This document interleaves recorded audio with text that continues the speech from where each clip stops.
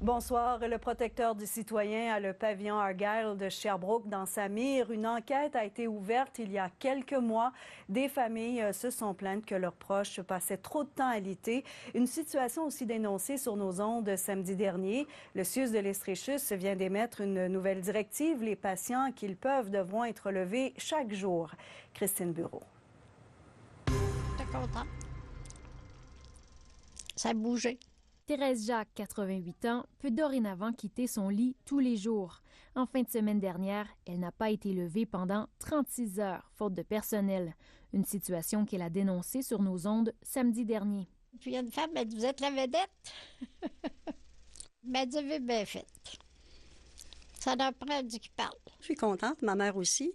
Cependant, j'espère qu'une autre personne ne sera pas privée à cause de ça. Cette dénonciation a toutefois mené à une nouvelle directive de l'établissement. Plus jamais ça n'excédera 24 heures.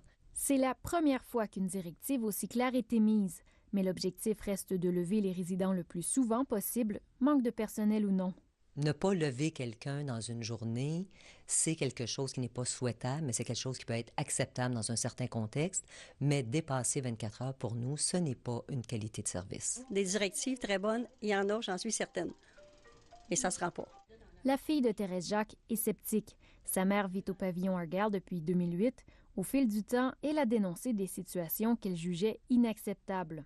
Cette semaine, un représentant du protecteur du citoyen lui a téléphoné. On m'a questionné sur les soins, sur l'ensemble des soins, sur les disparitions de vêtements, de bijoux, d'argent. En général, la satisfaction que ma mère avait de la nourriture ou d'autres choses. Une visite a aussi été faite jeudi aux employés du pavillon Argyle.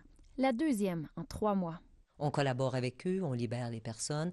Le protecteur du citoyen est un excellent partenaire. C'est arrivé plusieurs fois. Selon le CIUS, l'enquête du protecteur vise spécifiquement le pavillon Argyle. Elle a été déclenchée en raison d'autres plaintes émises par des familles qui estiment que des résidents passent trop de temps à liter. C'est un des sites où on a eu, durant la dernière année, le plus de difficultés à stabiliser nos équipes.